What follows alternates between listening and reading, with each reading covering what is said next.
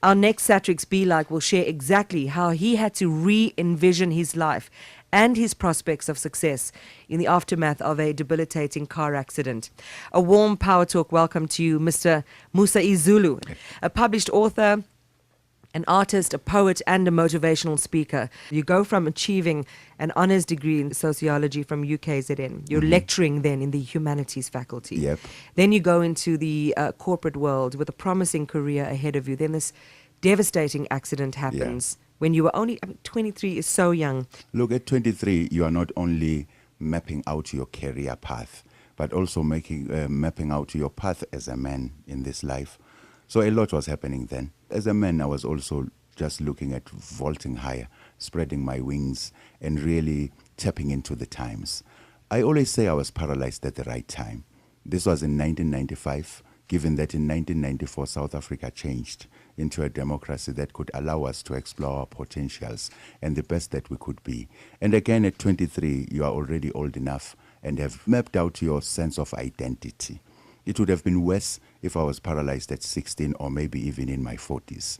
At 23, you still are carrying the best of your energies and can literally push yourself even when obstacles come to try and stop you. But as much as I was at the height of my energies, those energies were literally destroyed. Disability can literally take you from the highest floor to the lowest of all floors. A lot you discover has changed. Your physical shape is no longer the same. You can no longer climb up the steps or even just breeze freely through a world of an infrastructure that is not well developed to cater for your needs. And then you discover that you have a personality that has always attracted people. I was always a man of the people. I love people. And I also looked outwards and discovered that there were still so many other structures that were available to make it a point that I was held tight and was never lost in the wind. Your entire world as you know it is shattered. Yeah. In the same way that your body is shattered. Yep. You're picking up the pieces. You're thinking about, who am I as a person? Who am I as a young man? Part of that process of introspection involves, well, what next? How do I put bread on the table? Exactly a month after my paralysis, Superman, or Christopher Reeves, is also paralyzed. And I sit there, I remember I was still at Entabeni Hospital and thinking, wow, this thing can also drop Superman. What do we do now? Who is going to be flying in the skies? I've always had a very naughty streak. I started thinking, maybe I could be the Superman on wheels. And then again, on the 20th of June, Friday Mavuso, one of the greatest legends of ability in South Africa. Friday Mavuso was confined in a wheelchair, I think, after a gunshot in the 70s as part of the uprisings. He then dies in 1994 on the 20th of June, and a void is left. Who is going to be the voice for people with disabilities? I've always been a very good opportunist. I looked at those and I thought, well, it has happened. Maybe we can start shuffling towards that podium. And I guess we have, and here we are today. And I would say not just shuffle, flying. Flying, yes. You have to make some astute decisions about how you maximize or profit, and it doesn't need to have a negative connotation, out of what has happened to you.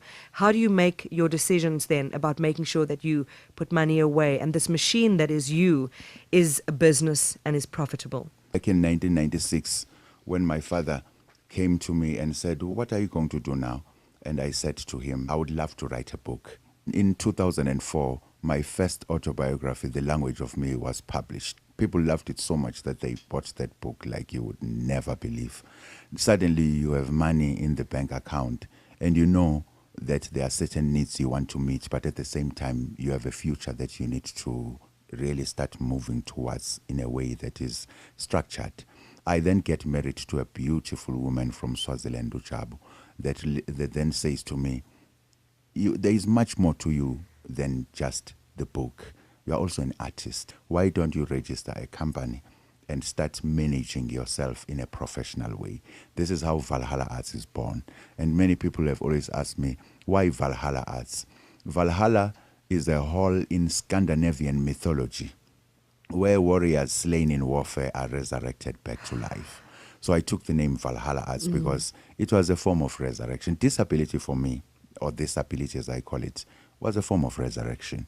And Valhalla Arts is what, of course, under the management of Musa E Zulu, my wife, has taken me to where I am today. Many people will always say it's impossible. And in saying it's impossible, we'll also start defeating our own little plans for saving for the future.